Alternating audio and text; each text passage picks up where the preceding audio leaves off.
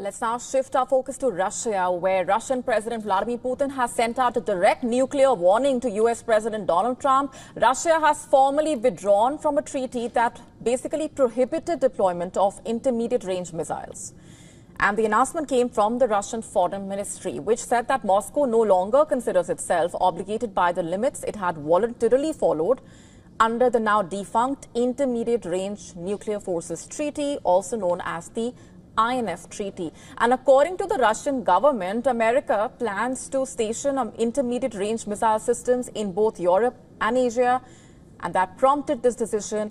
The ministry's statement emphasized that the conditions which had justified Russia's self-imposed restrictions no longer exist. And the development comes amid the ongoing Russia-Ukraine war. Overnight, Russia attacked the railway hub of Lozova in Kharkiv region with 34 Shahed drones.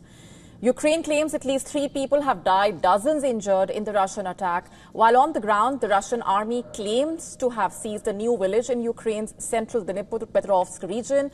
The region is a significant industrial and economic hub, remember, and plays a crucial role in Ukraine's energy production, trade, military capabilities. What's the INF Treaty all about? Signed in 1987 by the United States and then Soviet Union, banned land-based ballistic and cruise missiles with ranges between 500 and 5,500 kilometers. It led to the destruction of over 2,600 missiles, significantly reducing the threat of a nuclear standoff during the Cold War. In the year 2019, the United States officially exited the agreement, and that decision occurred during Trump's first term. At the time, the U.S. government cited alleged Russian violations involving the deployment of the cruise missiles, 9M729 cruise missiles.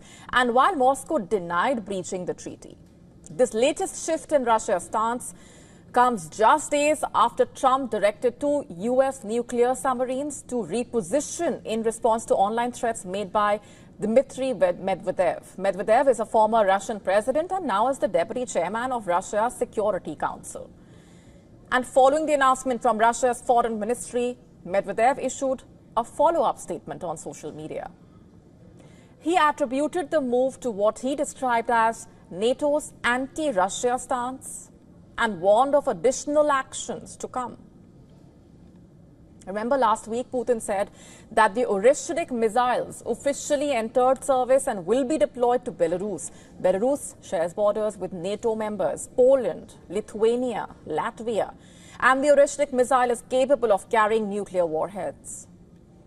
The development comes as the United States is planning to start periodic deployments of intermediate-range missile systems to Germany beginning in 2026.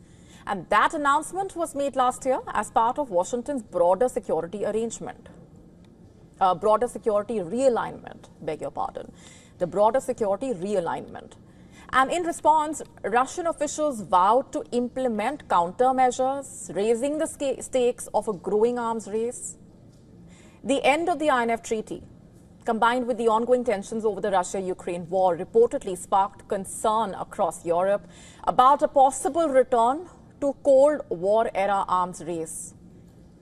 And according to reports in Russian media, the Oreshnik missiles can strike Ramstein Air Base in Germany in as little as 15 minutes. The INF Treaty had also limited Washington's ability to position similar weapons in Asia, and that restriction had strategic implications, particularly in the context of U.S. efforts to deter aggression against Taiwan. Beijing considers the island part of its territory and has publicly stated that it aims to make Taiwan part of China by 2027.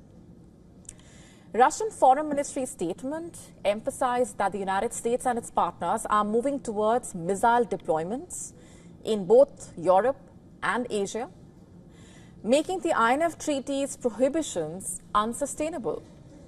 And this announcement comes just as Trump's special envoy Steve Witkoff is set for talks with Putin in Moscow this week itself to explore a potential ceasefire in the ongoing war between Russia and Ukraine. And Trump has warned that unless a ceasefire is reached by the end of this week, His administration will impose direct tariffs on Russia and extend secondary sanctions to countries purchasing Russian oil.